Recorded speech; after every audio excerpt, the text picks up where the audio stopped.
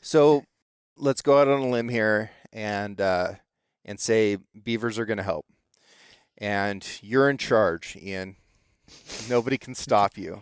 Oh, I like this. So are you gonna haul in beavers and parachute them in like they did in Idaho? In what was that in the 70s that they did the parachute Oh, beaver no, I project? think it was earlier than that. I think it was, I want to say, the 40s, maybe. That Or was maybe it was hilarious. 40s, 60s, somewhere in there. Yeah, it wasn't that? They put them in these crates that would open up when they hit the ground and flew out and just kicked beaver boxes out of an airplane with a parachute and wished them the best of luck. It is amazing. I mean, they're like air corpsmen, and they're parachuting into the wilderness. I can imagine if you were in the wilderness. Can you imagine if you're in there and also you see this parachuted box coming down, hits the ground, explodes, and a beaver pops out? I mean, I would just be like, okay, what did I have last night? What did I eat? Yeah, that was the wrong kind of mushroom. Yeah, no doubt.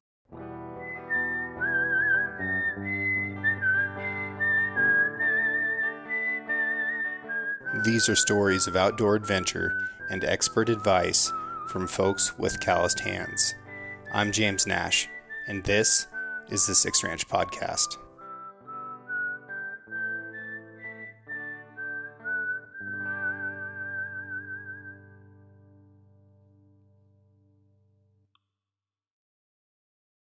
In the United States, there are about 15.2 million hunters. That's how many hunting licenses we sell in the country. And they spend around $21 billion per year, which breaks down to an average of $2,800 per hunter. Now, we need to be really smart about how we spend that money. You can't spend it on stuff that's going to break. Otherwise, you have to buy something else again, and you end up costing yourself even more. We also need to be smart about how much weight we carry in our packs, because that's a serious limiting factor. One way to remove about 5 pounds out of your pack without sacrificing your ability to find animals is to get rid of your spotting scope and tripod. Now, there's a time and a place for those things, and I carry both of them a lot. But if I need to go lightweight, I'm going to carry stabilized binoculars. And the best stabilized binoculars I have ever used are from Sig Sauer. They are the Zulu 6, and they just came out with a new pair called the Zulu 6 HDX. I use the 12 power magnification model. They weigh 21.5 ounces, and they have two modes of stabilization. So you throw the lever forward once, and that's going to stabilize the image. If you turn it off and turn it back on again, that's going to stabilize it even more. And I'm not kidding. It is more stable than if you're glassing from a tripod. It is absolutely incredible. You're going to be able to see stuff at just incredible distances and really break it down. Like, you're going to be able to tell the difference between a Billy and a Nanny mountain goat at a mile. You're going to be able to actually see if there's a kicker coming off that 4x4 muley that just popped up over the hill. They work great at early and last light. They work great at highlight. They fit really well in my hands. This was one of the first products that I asked Sig to make when I started working with them. And to no surprise, they were already on it. They were way ahead of me. But this is a really good piece of gear. I highly encourage you look into it. You can go to sigsauer.com, look for the Zulu 6 HDX. Comes in a few different magnification settings, but the one that I like the best is the 12 power. Check it out. I think I might have to go with Lucky Charms. Oh, yeah. That's a good one. Frosted Yeah. mini wheats are also very good. Yeah, that's kind of healthy. I mean, I don't even know if that qualifies as completely. I don't know how healthy it is. I know what healthy food tastes like, and that's not it. Well, I'm thinking of the vein of more Lucky Charms. Okay, definitely sugar cereal, Golden Grams, Pops, but yeah, shredded wheat. There's at least the name and the texture makes you think it's healthy. Yeah, exactly. They've definitely got those commercials. So the first time I met you, Ian, I don't even know what year it would have been, but it would have been right when you started the Wallowa Outdoors. So when was that? That was for us it was April 1st, 1999. Okay. That we took over, bought Wow Outdoors from Mac Huff. So, Gotcha. and then we had that till about the summer of 2004. I can't remember the exact date we were done, but somewhere in there. Yeah. Cool little outdoor store, Yeah. the likes of which we'll never see again. Yeah. I just don't think that those exist like that anymore. But it was an awesome place. I was shooting archery competitively a lot then, and I was constantly burning up arrows and nocks and fletchings and coming down there and repairing arrows with you guys. And you provided a lot in terms of like that service to me at a time when that if you hadn't had that shop, I don't know if I would have been able to shoot competitive archery as a kid. So it meant the world to me. It's something that I've carried on until this day, and I'm really appreciative of you for that. Wow, that's really cool. That's cool to hear that. Sometimes you don't know that you're having an influence on somebody, and it just feels like a job. And I mean, you might enjoy it, but that's really cool to hear that story. Yeah, we met a lot of people through the outdoor store, and I remember you, and you were just, you were a young guy, and you were wide-eyed and seemed to be into the natural world. And I remember talking fly fishing with you, and Yeah, those are good memories. That's cool though. That was good influence. for sure. So what do you do now? So now I am a project coordinator for the Grand Ronde Model Watershed, a nonprofit watershed council. And my main focus. Let's go ahead and assume that not everybody knows what that is. A nonprofit watershed council. Sure. Yeah. So there's several watershed councils set up across the state. They're typically funded by the Oregon Watershed Enhancement Board with a primary purpose of trying to channel funds into doing restoration work in watersheds. Okay. It oftentimes has a focus in areas with threatened and endangered species like steelhead and salmon, but it also can be other types of grants in uplands or other areas of the watershed too. Are steelhead and salmon threatened or endangered species? Yeah, I mean, it depends where you're at in the state, but most runs are across their natural range, unfortunately. I mean, it'd probably be harder to think of the runs that are not listed, and I don't even know what those would be because most runs across their native range. I mean, there might be places on Alaska, maybe Kamchatka Peninsula, that possibly they're not. Although they're probably under some kind of potential threat, I would imagine. But yeah, a lot of stocks that I'm aware of in the Columbia Basin are threatened and endangered, including our local stocks of steelhead and Chinook salmon and bull trout. Okay. Previously on the show, we've talked about how hard of a time salmon and steelhead are having, and we've talked a little bit about the river restoration project on the Six Ranch, which was made possible by the intervention and support from people at the Grand Ronde Model Watershed. One of the things that we talked about is one of the bigger things against salmon and steelhead are dams. I think oceanic conditions is probably the biggest, but everybody seems to be of the opinion that there's nothing to be done there, which might be true, might not. But what we're going to talk about today are how dams could help.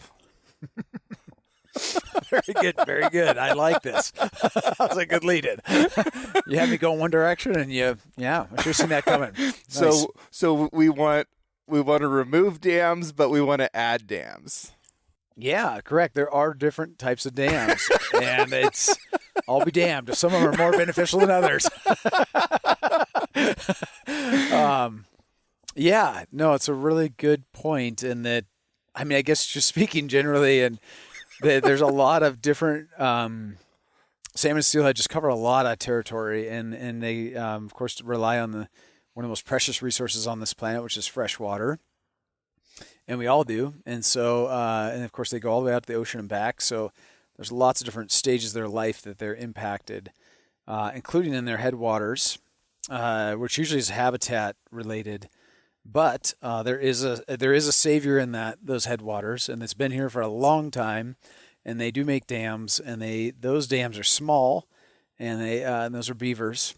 And actually, they can be quite large, but the benefits of those dams and the way they operate, I mean, there are some similarities to maybe a traditional concrete dam, and they're impounding water, but that's probably where it ends, because obviously fish have co-evolved with beavers to not only navigate around these dams over the beaver dams, but also they create really good habitat for fish to rear in at that juvenile life stage. So, yeah, not all dams are created equal, I Yeah, guess, in the eyes of nature. So, sure. And of course, being a little bit tongue in cheek about this.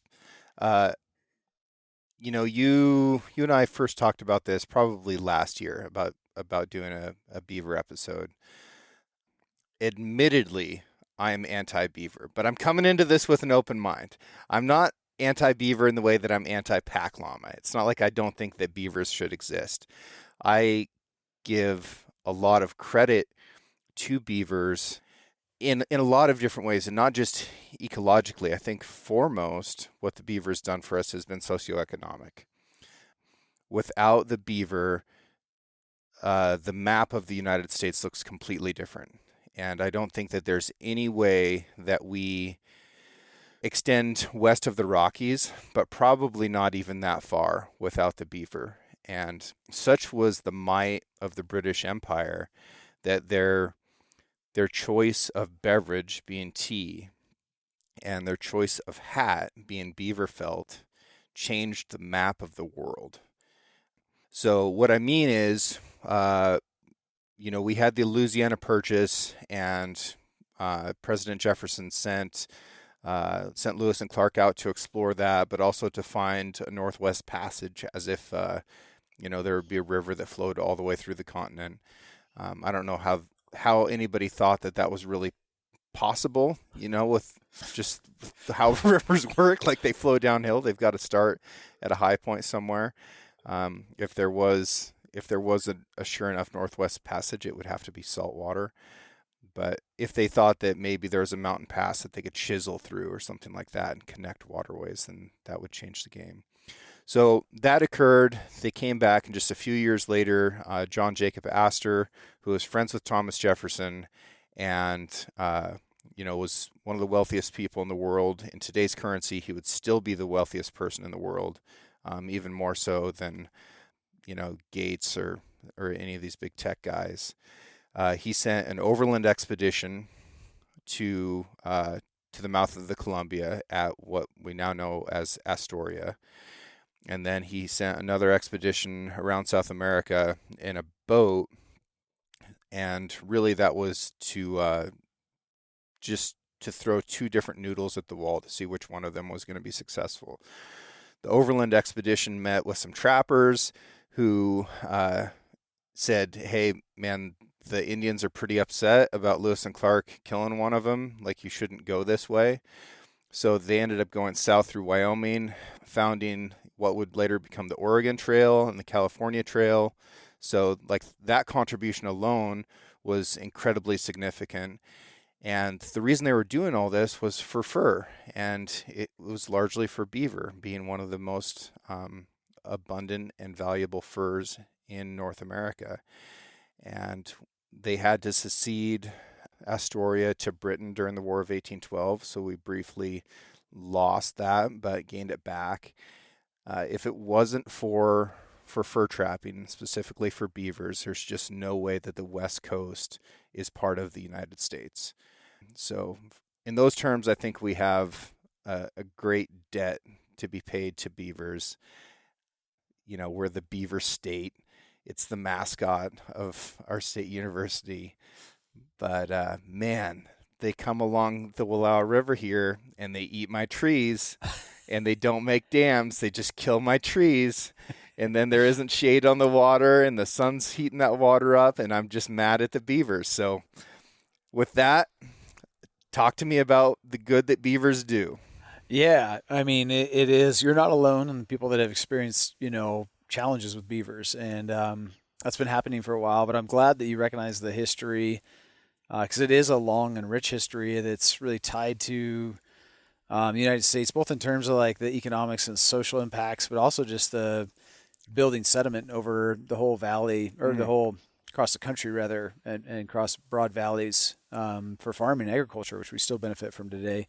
But yeah, so I think there's a lot of interesting things about beavers that I guess as I've taken more of an interest, I've recognized as a biologist, but I've probably taken more of an interest as of recently, primarily because I do my line of work essentially, but they do it better and they do it cheaper. They don't And need permits. they don't need the permits, which is nice, James. So, and it's like I really like to, I guess, as I've learned more about them, generally speaking, if they're doing something, it's first of all, it's what they've naturally been doing for a long time. And usually there's either a solution or a good explanation for what they're doing. A solution being in terms of if it's like, hey, this beaver's chewing down this tree that my grandpa planted. I just don't want to see that happen. Or I have an orchard right next to this river and the beavers are coming out and they're chewing in my orchard. That could be detrimental to your income, your livelihood. And so there's solutions. You can do a short hot fence. You can keep them right out of there. You can, cage trees. In the case of a natural river setting where they're in their natural environment and they're cruising along, and I've seen the same thing, they just haul out and they'll chew a tree down, which is, by the way, is an amazing evolutionary adaptation when you think about. It's so incredible. An animal chewing a tree down, a rodent, and it's just like that. I mean, that's a hard substance, a tree. And some of them are big. Like I've seen them cut down cottonwoods that, I would want a 36-inch bar and a chainsaw to get into. Yeah. And it might take them years. That's the other thing is like the commitment to it is just coming back over and over and over again. If you chained me up to that tree and was like, hey, we'll let you go as soon as you chew it down, like I'm dying here. Just can't do it. Yeah. And so, getting back to your comment of like, because that's a common concern of like seeing, it's like, okay, we're told for a long time, like we need to have trees along the rivers. We need to, and that's true. A lot of times vegetation was one of the first things removed in riparian corridors. Those were the most productive areas for both grazing and harvesting fish, just to live, clean water to drink. And so trees are often removed. And so we've in restoration, really tried to encourage folks to grow trees, plant trees. And so the thought of trees being removed in that environment is kind of counterintuitive to some of what we've been told is good. The good news is typically speaking, beavers usually don't kill trees. And that's an evolutionary coevolution between those native hardwood species and beavers. They will cut them down, but they're not removing it below the base of the root system. So those trees they'll sprout out and have multiple stems, which is an advantage for beavers because then they've taken one stem tree and they've turned it into a 20, 30, 40 stem tree. And if they have exhausted that food source, they move on. When they come back, they now have 40 stems that are all, say they're 1 inch or 2 inches in diameter. So they actually have more food. You have more habitat along the river, and increased shade quality. So there's a kind of a natural coevolution between those native hardwood species. I know there's some that they probably do, trees that actually do probably die, but there's so many interconnected pieces that too, though, by allowing beavers to stay on the landscape, they're using that wood to increase the surface water and the groundwater availability, which grows more native hardwood trees too. So how would that occur? And when we'd first talked about this, I just got off the river and there was a tree that we planted during the first restoration project. So this tree's like 12 years old and it is finally like coming into its own and is casting a meaningful amount of shade over a really gorgeous pool. It's like, yes, it's finally happening. And I went down there and this tree had just gotten maliciously destroyed by a beaver. And I was mad about it. And you said the same thing. You said, look, it's probably not dead. It's going to, have a bunch of shoots that come back up. And it has. Like that tree did not die and it has a lot of new shoots that have come back up. It's a willow. They grow very quickly. So in another 4 or 5 years, it'll probably be putting a meaningful amount of shade back on the water again. So that much, I can eat crow on and say, yes, you're correct. Although in the meantime, we don't have shade on the river, but eventually playing the long game, we're going to have more shade on the river than that one stem would have caused. How is it changing groundwater though? Yeah. So I think one of the keys to seeing the most benefits from beavers is allowing them to stay on the landscape. Oftentimes we see something we don't like, and if we don't maybe have the solutions at our hands, or the beavers move on or whatever, then you're not able to really see the benefits. And so maybe you only see that tree that gets removed, and you're kind of like, well, that doesn't seem very beneficial. If beavers are allowed to stay in a place and they want to be there, there's enough food for them and cover and areas to reproduce, like all animals need to survive. They'll start to often exhibit dam building behavior, which will back water up and pound water, and it'll push it further out in the floodplain, which pushes more water down on the ground. And the more inundation that you get in a floodplain, it's just more of a kind of a watery environment. That's favorable to like those hardwood trees for dispersal and also for growth. I mean, you have more of a wet floodplain. I guess maybe another way of explaining that would be the opposite of that would be some of our streams, like the Six Ranch prior to restoration, when it was more of a single thread channel that was straightened out. The floodplains were a lot drier, and so you can have dry tolerant species like juniper that can move into floodplains in those situations where in a wet floodplain, juniper won't survive if they get wet for too long on their root system. And so that's kind of, I guess, an opposite way of explaining just like the difference between like a drier floodplain that's disconnected unnaturally. So they can increase the water table if they can build a dam.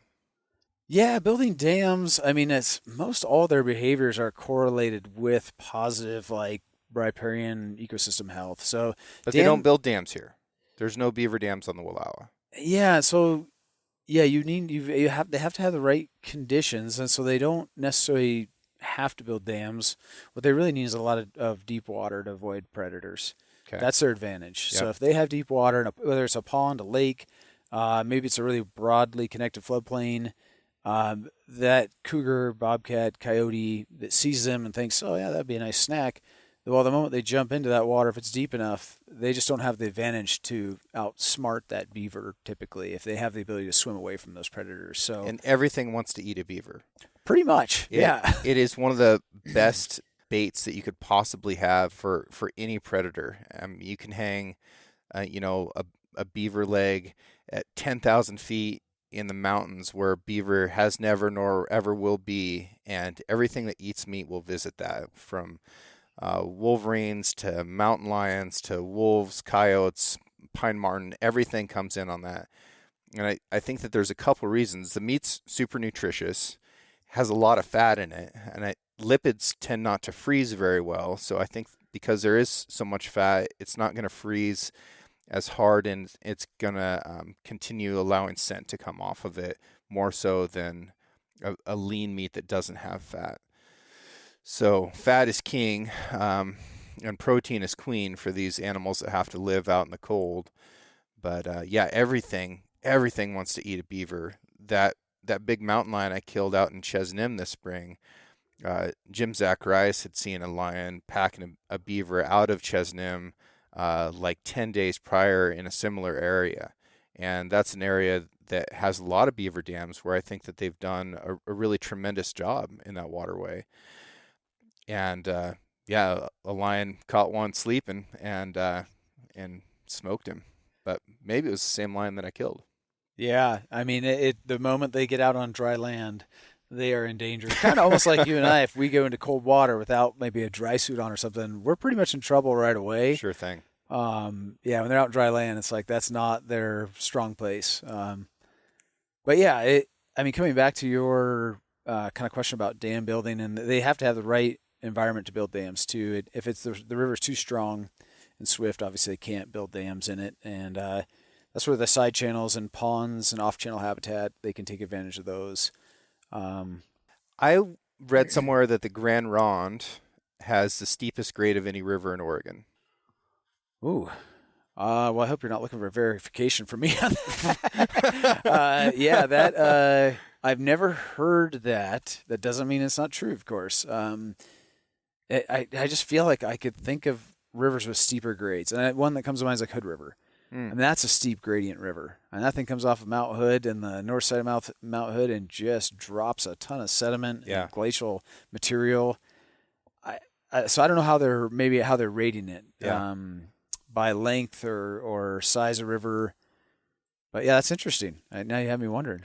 But the rivers we have here are fast. And that's something that's true of most rivers on the West Coast, because they're coming off the Continental Divide and they're getting to the ocean a lot faster than water that's going east and is ending up in the Gulf of Mexico, 3,000 miles later instead of, a few hundred miles later.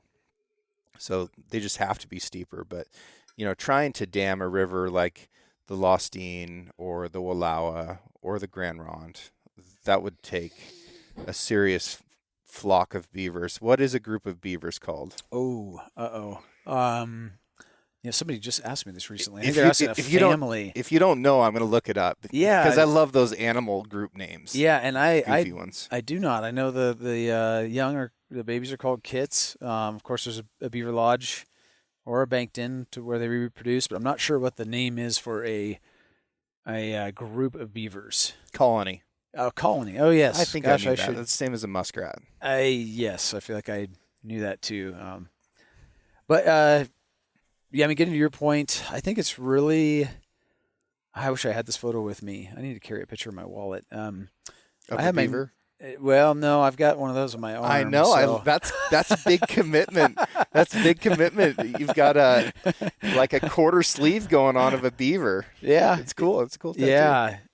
Who did that? That was Tim Beedron, our local guy, tattoo artist at Metal Art Tattoo, and he did a phenomenal job.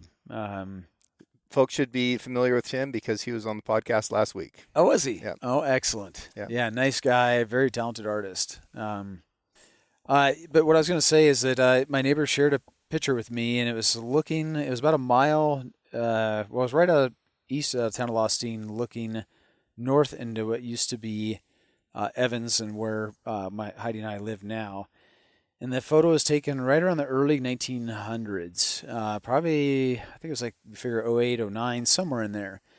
And the most striking thing about that photo is it just verified what a lot of us in stream restoration have predicted from understanding river floodplains and how they used to look here, which was they were, instead of these very narrow single thread channels that were very powerful and had this narrow band of riparian vegetation, they were these broad floodplains that were 100 meters wide, and they were just full of cottonwoods across that whole 100 meters, and other native hardwood species, aspens, willows, alders. And so when you look at it in that context, how these rivers used to function in the floodplains, they actually were more, I would really use the term more like a stable equilibrium. They were able to absorb any kind of really high flow event. They would have several rivulets, probably during higher flows or maybe a lot of sheet flow, but then they probably would have retracted to a few channels during lower flows. But that would also have been really prime habitat for beavers to build dams in and to live in. Where you're right, these altered channels, are the ones we're more used to, which are, and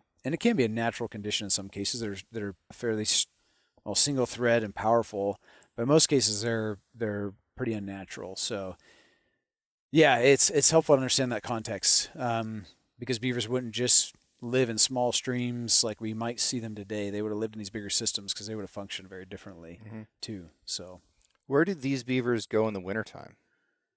Yeah, beavers, they don't hibernate, so they typically they're still around, and they oftentimes they'll build food caches that they can have to feed on in the wintertime. So if those beavers are in a pond environment, they might have a food cache under the water. In river environments, a lot of times they're still around. They're kind of active, maybe at different times of the day, and still feeding and so forth. So yeah, they're still there. They're not packing it up like the bears for the winter and coming out in the spring. They're just kind of living and doing their thing still. Yeah. So if they are in a place where they can build a dam, they really like to build a hut. But I don't ever see any of that here. I was curious if they were, going someplace else, like how far these beavers were migrating throughout the year. That's a super good question. And, sadly, even though we're the beaver state, as you mentioned, there's not been as much research and attention paid to beavers as a lot of their animals, especially like the ones I spend most of my time studying and helping, which is the endangered salmonids. So they probably have, maybe some decent migrations, although I would venture to say if the habitat was right, they might stay closer. If they're migrating, it's probably for a reason of something's not quite right in that habitat. Maybe there's not enough food. Maybe the water gets frozen, down close to the stream bed, so they're looking for more water. Although that is some speculation, some knowledge, but not based on any kind of hard research. Yeah. Well, it is so steep here. They don't have to travel a lot of miles to get into a different climate. So I don't ever find sign of beaver up here in the wintertime. So I just wondered if they were going down to the Grand Ronde or even down to the Snake River. I saw one a couple weeks ago in Hell's Canyon in the Snake River, and that was the first beaver that I'd ever seen down there, which was kind of cool. That is cool. And that reminds me, I was going to ask you about how many. I mean, you spent a good portion of your life in the outdoors as a guide, Hmm. somebody who has been involved in river restoration, and I was just kind of curious how many beavers you've seen in your time out in the woods and in the rivers. Yeah, I've seen zero on the Wallowa. I've never seen one here. My mom has neither. So that's two generations deep of spending, living here on the river and spending a lot of time on the water. Neither of us have ever seen one. You see lots of evidence of them. It's not like they're not here, but in a lot of ways they're like the mountain lion where they're constantly around. You just don't see them. On the Grand Ronde, I saw them when I was guiding down there, and then uh, I've seen them in the Snake River in Brownlee. I saw them often when I lived in Montana when I was going to college there and fly fishing a lot. Lot slower water there, but no, you don't see them much. Yeah, and I mean, I was asking, not totally intended to be a loaded question, but I mean, in all my time as a fisheries biologist and spending time in rivers up here and around Northeast Oregon for 20 years, before recently doing a restoration project where beavers, one of our goals was to bring them back, I'd only seen one beaver. I spent all that time in the Yeah, water, and that's pretty remarkable when you know the history, like we were talking about earlier, and how many of these animals were there, not only from the trapping journals, but the government land office records. And I mean, you couldn't have probably gone much more than 100 meters in most streams and found beaver historically in most of these streams. To where now, in a 20-year fisheries career, you see one, and they can be more active sometimes at night. But there's also strong evidence to indicate, when their numbers were more numerous, they were pretty active in the day, and that's in the Lewis and Clark journals, and hmm all of those other trappers verify that. And even to this day, if they're in areas where they're comfortable, they're oftentimes out in the daytime too. So interesting observations, and that's what I mean. Coming back to this tattoo, when I got this from Tim, I told him, I said, this is at that point, I said this is the only beaver I've seen in the wild, and I was snorkeling for juvenile salmon mm. and on Catherine Creek, and just below the state park there, and we were in the water, and when you kind of get in, you look for these juvenile salmon, and then you have people with seine nets, and you herd them in there and pit tag them, but I got underneath the water to look for salmon, and all of a sudden I just see this big animal swimming straight at me, and at first, of course, it just startled the heck out of me, and I was just like, I'm not used to seeing a large animal like that, and it was very remarkable the way it was undulating underneath the water, and the kind of bubbles were in its fur. I'll never forget that. It was pretty cool. So that was the request I brought to Tim, and he was able to recreate that quite well. But yeah, coming back to the point of just they're not the numbers are that depressed Yeah, that from historically, yeah, that you don't see a whole lot of them, and I think it's starting to change. There's a lot of momentum, but like you were saying, two generations of family. I bet you if you went back to some of the generations before those, they probably would have seen quite a few more, I would assume. I don't know. Looking at how long the Wallowa specifically has been altered, um, it's not been good beaver habitat for a very long time. And then prior to that, if you look at what the resource goals were within agriculture and logging, and the way that we access natural resources at the time, I don't know that beavers would have been very beneficial. So they probably would have been persecuted pretty hard, as well as trapped for money during the times before that when you wanted to make money any way that you could. So I think it's been quite a long time, maybe 1890s time frame, since there were a lot of them around here. It's a good point you bring up. I mean, the Hudson's Bay Company had a policy called the Fur Desert Policy. I don't know if you've heard about that. No. And so you were speaking of earlier how that the influence of beavers on kind of settling of the West, and beavers were such a driver of the economies of both England and the early United States that, and Hudson's Bay was up in the north in what's now Canada, and they were coming down and trapping, and they knew the Americans were coming over too to trap, and so they had a policy, and they call it the Fur Desert policy. And essentially, it was to remove all the beavers from these areas in the Northwest, including like Snake River and John Day, to discourage Americans from coming over and settling, because they knew if there's no beavers, they're not going to come. There's no reason to. And so you're right, that kind of pressure, that kind of intense pressure, we're talking, back in the early 19th century, that has legacy effects still. So that's a good point. I mean, it's been a long time since or anybody's seen kind of the historic numbers that they're in. Yeah, probably 1810 to 1870 there would have been a lot, but after that, probably not much. The permit thing, is half of a joke, but I think one of the best things that the way beavers re-engineer the landscape and the waterscape, one of the best things about that is that nobody's stopping them, right? They don't have to have a NEPA study. They don't have to go through any of the hoops that the rest of us do that cost decades of waiting for all the permits to line up so that you can do restoration work. So you talked about them as a savior.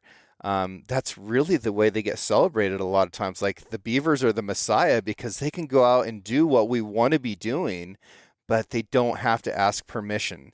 And because of that, sometimes they get it very wrong and they cause a lot of conflict and they flood places that shouldn't be flooded, at least for the way people want to use that land. But sometimes they get it very right. Something that I'm a big fan of is analog beaver dams. Can you talk through those a little bit and what they are and how they're used? Yeah, they've become really big in the restoration world, and primarily they're just essentially it's just a man-made beaver dam, and they're nice in a lot of ways because they still do require permits, but they can be built with hand crews and just kind of like hydraulic post pounders and people cutting branches and hauling buckets of mud and rock. So we often call it low tech restoration, low tech process based restoration. And they're if they're applied in the appropriate areas, kind of in off channel areas, maybe where there's less energy, and they're gonna do kind of the same things that beaver dams do. They're gonna back water up, create a lot of habitat for all kind of water loving species and terrestrial animals that use those riparian habitats. So pretty. I mean, I'd say they're simple in kind of the thought of them, but I've seen quite a variation in building them. And I've worked with some of the folks. I've been fortunate enough to work with some folks that are like some of the best in the world, probably at building them. And there's a big difference between that crew and the way they build them and how they look on the landscape versus my own efforts and a lot of their folks who just, when you get something that's new, sometimes everybody gets excited and like, let's do this. And maybe they don't have a lot of training. And so you get, just some different results, as you can imagine. Yeah. But yeah, they're a great tool. They're obviously, not a one size fits all, but they definitely work on broader floodplains on the margins. If you have a really, stronger, more powerful river, they work great in smaller systems too, right? Maybe in the main channel, and use all natural materials. It's a great way to get kids involved. We're fortunate here in that we've got that infrastructure to be able to have youth education programs where they're going out and getting involved in natural resource management.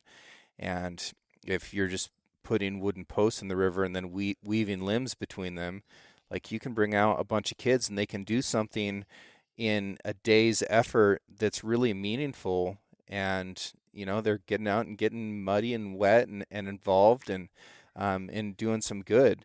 I think that is one of the coolest things about analog beaver dams is it's a great project to involve youth in. Super good point. And actually, just in a couple of weeks, so I should have mentioned their name, Anabranch Solutions, or the what was that? Anabranch Solutions is the outfit that I was referring to. Is they're some of the best at building beaver dam analogs that probably around the region and even broader. But they're going to be out building some beaver dam analogs on a restoration project that took place on Heidi and I's place. And we're going to have the Hawk interns from Allow Resources come out, and our interns from Grand Ronde Model Watershed. And you're right, it's a great opportunity. You give kids some loppers and some buckets, and they have a ball. I mean, you're 100% right. There's hands-on, it's fun. People kind of we like building dams too. And so it is a great opportunity for, like teaching people about kind of how to like transform these landscapes into something that's healthier. Yeah. I go back to like recess in elementary school when it was raining, and man, every boy out there was making little dams to move that water around, and it is a fun thing, and it's kind of part of who we are as a species too. Is we like to manipulate the way water moves around, and if you move into the last 10,000 years of human history, that's probably been one of the most important achievements that we've discovered, is the ability to move water. Yeah, super good point. I mean, and I think that's where we kind of come into conflict with beavers sometimes. We're kind of doing the same thing. Exactly. And so it's almost like a competition, they're manipulating things, we're manipulating things. Sometimes like, hey, I didn't want you to do that. I can only imagine if they could talk what they would say. But yeah, it is a really good point. There's not a lot of species on the planet that can have that kind of impact with something like water on the landscape, as humans and beavers. So another place that I saw beavers that I just remembered was in Tierra del Fuego, Argentina. Southernmost island on the continent. Really, really interesting place. Tremendous fishery. But beavers and foxes and mink were introduced there as a means of getting an additional source of income. So they're trying to basically farm them on the landscape wild so that there would be a fur trade down there. And the Argentinians weren't too keen on trapping, so the beavers really just took run of the place. But it was interesting going to some of these lagunas and places in Tierra del Fuego. Anytime that there was water running into those places, there would be beaver dams. And some of our most effective fishing was going up into these little tributaries and finding beaver dams and fishing in there. And we found big rainbow trout, big brown trout, some of which were probably sea run. And yeah, it was super, super cool. I caught an Atlantic steelhead. Oh, really? Yeah. Yeah. Yeah. So that is one of the only areas where you won't hear me talk about the benefits of beavers. Yeah. Only because just like anywhere else or with any other species, if you take it completely out of its natural environment, put it into a novel environment where it's never evolved, usually it doesn't do good things. Although, I mean, I'm hearing some good stories from you in fishing. Not surprising. Largely, I don't think it was a good thing. And, yeah. And the folks down there were anti-beaver, so they'd shoot them on sight. And it had turned out to not be a good thing. Same with the mink, same with the foxes. Like, wasn't a good idea. Sometimes an introduced species does really well, and there's so much fear now that we just don't do it anymore. But you go back to the 1950s, man, we were introducing species all over the place, like just trying to see if it would work. And a lot of the species we celebrate the most here are introduced species now. If you start going down the list of our game birds and even some of our game mammals, they're not from here. And some of them have done really well. Some of them have caused problems. Sometimes both. Yeah. Yep. Nope. Super good point. I mean, rainbow trout, some of the species you were mentioning, of course, are not native to that region and introduced. And so I had the same experience when I was in Chile and I was fishing, and I really wanted to catch a native fish. I was trying to catch a peccary and something native, but instead I was catching, German brown trout and rainbow trout. And it was just kind of like, wait a minute, I could catch these, back in the United States. Yeah. Yeah. I mean, it was actually a pretty tough fishing trip. It was an incredible trip, but the fishing was extremely tough. And we fished 16 hours a day and we were not turning them up. I came back here and in about 15 minutes caught a steelhead down here on the Wallowa that was bigger than anything I ever touched in Tierra del Fuego. It's like 2,700 miles away. I hear you. From one Wallowa guy to another, man. I Yeah. know it. It's hard to beat those Sea Run native steelhead. I mean, they're something. Yeah. Well, I don't know if future generations are going to get to experience that. Things are looking pretty grim for them. I know. That's a tough one for me. And I always say that I try to stay optimistic and, and just do the best I can for these species with habitat restoration. But I think we have to continue to, push forward and every avenue and place that we can to try to help these species out. Because you're right, they're struggling, especially in a lot of other parts of the Columbia Basin, even more so than the Snake River drainage. So, Yeah. So let's go out on a limb here and say beavers are going to help. And you're in charge, Ian. Nobody can stop you. Oh, I like this. So are you gonna haul in beavers and parachute them in like they did in Idaho? In what was that, in the 70s that they did the parachute beaver project? Yeah, I think it was earlier than that. I think it was, I want to say, the 40s maybe. That was maybe it hilarious. 40s, 60s, somewhere in there. Yeah, it wasn't that? They put them in these crates that would open up when they hit the ground and flew out and just kicked beaver boxes out of an airplane with a parachute and wished them the best of luck. It is amazing. I mean, they're like air corpsmen, and they're parachuting into the wilderness. I can imagine if you were in the wilderness. Can you imagine if you're in there and also you see this parachuted box coming down, hits the ground, explodes, and a beaver pops out? I mean, I would just be like, okay, what did I have last night? What did I eat? Yeah, that was the wrong kind of mushroom. Yeah, no doubt. No, that's a remarkable story. For me, I would be interested in just really working with people, as I'm currently doing, to try to see the benefits of beavers and try to help them with solutions if they're having challenges. Because I really, feel and know in my heart that there's more benefits to beavers than there are problems, and especially a lot of problems we're having now with changes in our climate and changes in the hydrology and the snowpack melt off. And what changes? So we're seeing, a lot more intense droughts and wildfires and temperature increases across our planet. So beavers' actions of storing not only water but also carbon in those wetlands is really critical for that climate resilience. And there's some cool research out of this from a doctorate down in California, Dr. Emily Fairfax, and she's been studying the effects of these really big fires we've seen across the Pacific area. And they basically, some of them are just devastating. I know we've all seen the images. They're leveling towns, and where they go through some of these wetland area or go through these watersheds and there's beaver wetlands. She has these images and studies to show that that's like the only thing left that survived, that's green, and that where some natural life survived. And so they're literally oases in a changing climate. And so really critical. I would just work with folks to encourage them to see the benefits. And I know I'm not going to win all those arguments, but I would certainly give it my best shot. And I would push more for coexisting in that regard rather than trying to relocate. I had the pleasure of traveling up to the Methow country for the first time for me. Where is that? I know that name. That is the North Central Cascades in Washington. Right. Twisp, Winthrop, Yep. in between Seattle and Spokane. Beautiful country, but they have a beaver project up there that they've been experimenting with relocating beavers and working on coexistence with locals. And essentially, after about 14 years of really doing a lot of relocation, thinking that was the solution, like, okay, beavers show up, they cause problems, let's just move them into these headwaters where there's not a lot of people, and, ta-da.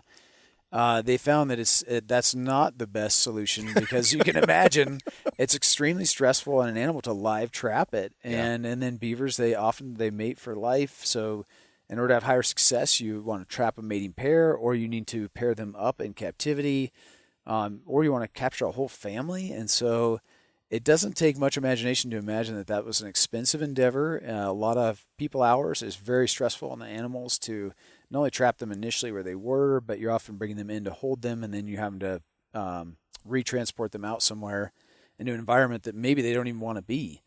So I would really work with people to encourage them to live with beavers where they are, as opposed to maybe where we want them to be. So you wouldn't bring beavers in? Not, I mean, I wouldn't like rule it out, but it's just we know that if, like, say, beavers are showing up on somebody's property, they're showing up for a reason. There's conditions there that are conducive for their life history. They're like, hey, there's water here, there's food here, maybe I can make some babies here. And so working with that situation is going to be far more successful. Like letting a colony or a family and maybe a colony establish and disperse from there is going to be much more successful than having beavers show up and then go, oh, really we don't want them here. These people don't want them here. Let's just move them out somewhere else and hope for the best. Because oftentimes what happens is they get out there and they're like, whoa, wait a minute, where am I? I got to find a place to live. And then, as we were talking earlier, they get out on the dry land for a moment and they're toast. So Yeah. a lot of predation in those situations too. Do you know anything about Boomer? The mountain beaver? Yeah. Yes. Oh my gosh. I was joking with a colleague about this. She brought it up, and for a second she kind of had me slightly stumped because I was like, wait, there's only like 2 extant species, and and then so I kind of I looked it up in this one pamphlet I have, and they're not actually related directly to beavers, even though they're called the mountain beaver. They're I can't. I'm probably not gonna get their genus right. Anyways, they kind of have some. They look kind of like a beaver. They're smaller. I think they might be herbivores, but I think that's where a lot of similarities kind of end. Yeah. But yeah, I'm aware of them, but just not extensively. Yeah. We don't have them here. Yeah. Yeah. That I know of anyways. I Yeah. think they're a West Side thing. Yeah. But yeah, I know almost nothing about them, but I see them pop up in the regulations, and I've just never put myself through the effort of trying to figure out what in the heck this thing actually is. I thought we were going to go back and talk about the older generations of people, the boomers.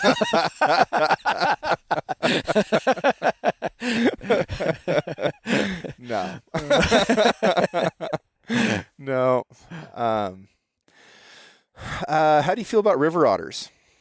I'm a big believer in kind of that having a whole ecosystem function. I think when you get all those animals interacting with each other, you see some just really cool stuff. And yeah, I think river otters are amazing animals, and they serve a really vital role in the ecosystem. And clearly, they're carnivorous, and they're good at eating fish, things that you and I care about catching. But also, when that habitat if it's pretty complex and you got a lot of wood and structure, there's places that otters with their body type might have trouble getting to that a fish can slip through and hide out in. So, yeah, in that sense, I think they help create a stronger system and a smarter fish. I think our fish, previously when they had all those natural predators, but they also had the complex habitat to avoid them, they were able to survive and grow at better rates than, maybe some of our common hatchery fish that get raised in concrete pens and fed pellets and things. So I think that's all part of that natural wilding and making a smarter fish. Increasing resilience. Yeah. Yeah, with the numbers of salmon and steelhead that we have now being low and seemingly lower year after year, now we're in an El Nino pattern, which is going to make for a terrible ocean for these fish. I look at something like a river otter and say, well, you're out there eating hundreds and thousands of these salmonids that we really need to at least get out to the ocean if they're ever going to have a chance of coming back. It seems like removing some otters would probably help our cause, but I understand what you're saying with them making for a more resilient population as well. I've thought about that in terms of our hatchery steelhead, the ones that, and this is being addressed, but the ones that make it back to the hatchery are the ones that haven't been caught. And for a long time, those were the ones that we took the eggs from and took the milk from. So every year we were making a fish that basically existed to be caught that was increasingly uncatchable. And we're genetically selecting for those fish that refused to eat anything that was thrown at them over the course of 1,200 river miles. And that made for, in some ways a more resilient fish. But if you do think of a hatchery steelhead as a fish that, largely exists for recreational purposes, then that's not necessarily a good thing. And the broodstock collection program that Kyle Bratcher's been working on, where we're going out and catching fish, putting them in tubes, and using those for broodstock, the data has borne that out as a really effective program. So it might be interesting to take that same concept to beavers and, find the beavers that are making it in these biomes and seeing if we can't take from those populations and not make big moves, but make small moves to, find the individuals that have figured it out, that have found ways to evade mountain lions and wolves and, all the other things that are up against them, and maybe just move them around Wallowa County a little bit. That's an interesting thought, and I think you could almost safely say, at least on I'll just take the east side of the Cascades, because beaver populations vary across the state of Oregon, and where it's wetter in the west side of the Cascades, there's a lot more beaver. I would say, I think you could almost make that argument that's already happened with what's left. I mean, the ones that are left are not a lot compared to what was there, so they've experienced a lot of every kind of pressure from natural predators, human predators, but that's an interesting thought, though. Maybe there's other areas that the populations were so large that that would be a good strategy to try to relocate those animals in areas where there's not as many. I know that relocations, it's been used a lot across the nation and with varying success. It's an interesting thought. Yeah, but I'm not talking about taking beavers from British Columbia and bringing them down here. I'm just talking about moving them from Chesnim to Crow Creek, and then Crow Creek to Swamp Creek, and kind of moving them around like that, and seeing if that doesn't help. And it feels like there would be ways, especially with the technology that we have now and pit tagging and a number of other things, to take that experiment, and you should be able to tell relatively soon if it's working or not. That's a super good point. You were coming back to your question earlier about migration patterns and not having a lot of data, but one tool that folks have used successfully is putting pit tags in beaver. I think it's usually around their tail region, but then those pit tags, of course, can be detected at antennas that are set up for fish, just like fish, but then you get an idea of where they're going. Yeah. So would be a really cool way to study not only beaver movements maybe from existing populations, but maybe ones that you moved to and relocated. A cheap technology that doesn't require battery life, and that would be really cool. Yeah. Well, there you go. Yeah. Get after it. Go back to school. Go for my master's in beaver. I don't know if that's a necessary step. And I know it's always complicated to work with various agencies, as you know much better than myself, but I'm all about just trying stuff. And that's one of the things that I've enjoyed the most about working with Nez Perce tribal fisheries, is they're much less restricted and they're willing to just try stuff, and it moves things along so much faster. We don't have decades for salmon. We can't go through 3 cycles of NEPA studies to see if something's going to be okay. Like, it'll be too late. Amen. I'm 100% on utilizing a lot of the knowledge we do have and trying to act more swiftly. I agree with you 100%. Obviously working within whatever kind of regulatory framework there is, but also being able to tell those stories, do those things and be able to tell those stories, and recognize that can be a valuable part of the experience and knowledge to pass on. I think we've kind of maybe lost that ability a little bit, and just like you're saying, to do things and experiment, but also be able to keep track of that and tell a good story of what you saw and what happened. And sometimes you maybe don't need a new degree or maybe a peer-reviewed paper to demonstrate that something worked. Yeah. And so I hear you. I think that we're, as scientists especially, I guess, I hold ourselves accountable to tell better stories and make observational data is data, that traditional knowledge of the tribes. They've been doing it for thousands of years. It's real. It's not, Western science, I'd say that's one of its weak spots, is it's like, if it's not in this journal, or if we didn't prove it this way, then it's not, like, people won't accept it. And that is a something that could be improved on. And journals are important to scientists, but peer-reviewed scientific literature is almost unreadable. It's freaking awful. It is an embarrassment to the English language, and it's not accessible to the people that care. You're just shouting louder at the same audience. Yeah. Yeah. I mean, totally. Again, I agree. It doesn't, it's like if everybody's agreeing in the room, but it's a small room and it's not much is getting done, then how successful are you? Yeah.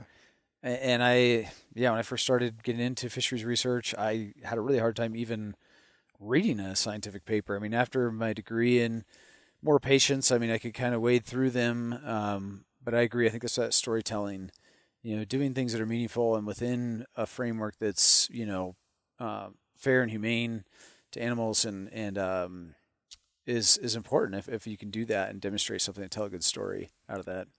What's going on right now that gives you hope for our anadromous fish? Mm. A lot of what we talk about is doom and gloom. Yeah, no, that's a really good question, James. I have to find those shreds of good stories out there. Otherwise, I just couldn't do what I do. I think overall for me, the resilience of a species like salmonids, like Pacific salmon, to go through the journey they go through, despite all the obstacles we've thrown in front of them, that inspires me every day. When I catch a steelhead that comes back from the ocean, and I know that it started out here as a small smolt, and was born out of the gravel in many cases and made it all the way back, and I can look at that fish in the eye and just think, that is incredible. I mean, I think what I'm doing is challenging sometimes. I mean, that is an amazing journey. And they've been doing that for millions of years. It's that inspires me all the time. I mean, some of the fish I caught this year, even a few hatchery fish, I saw them. They were just so gorgeous. You could see their battle scars a lot of times, and I just wanted to release them. Even though typically my MO is to just keep every hatchery fish I catch. They were just so beautiful. I knew the journey they made. It was just I just wanted to be like, if I could guarantee you're going to spawn here, I just want to let you go. It's incredible. So that gives me hope.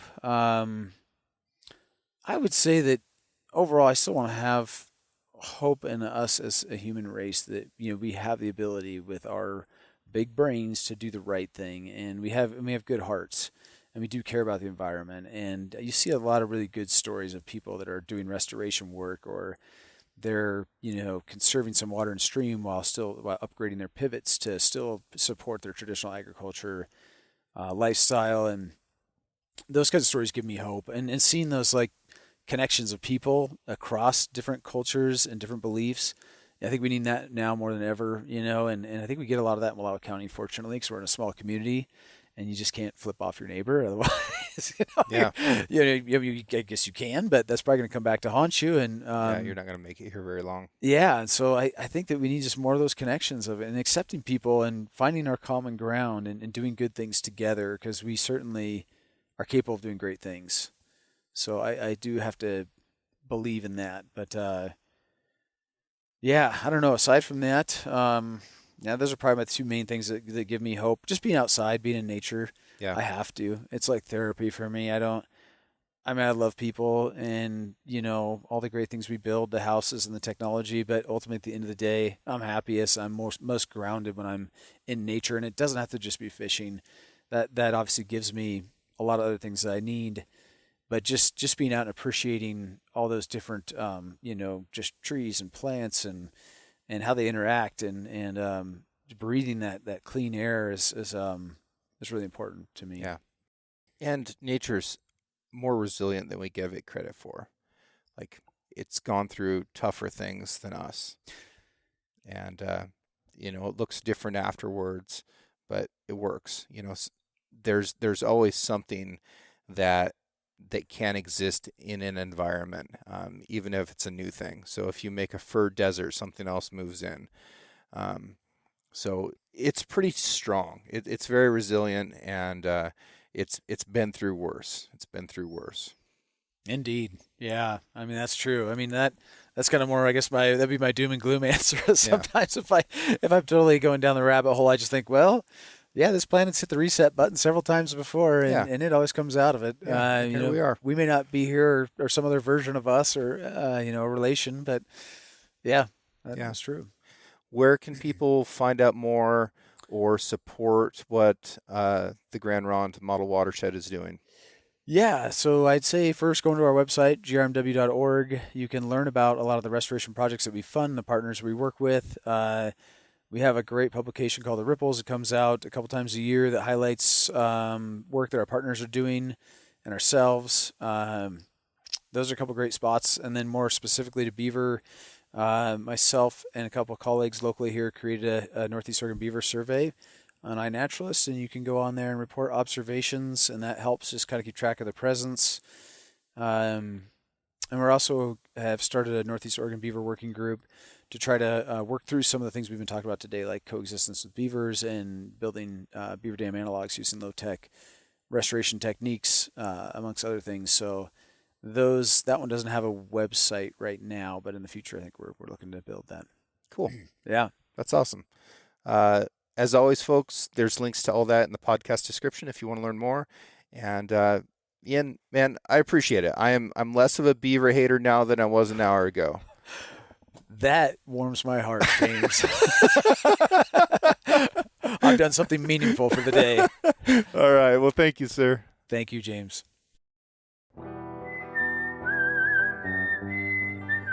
Thank you all very much for listening. I'm going to keep bringing you these stories from normal people just like you who have done extraordinary things. Everyone is an expert at something, and they have interesting perspectives on life and work and the environment and all of the things that we care about. I'm going to keep bringing that to you. And I want to thank you so much for making this show possible.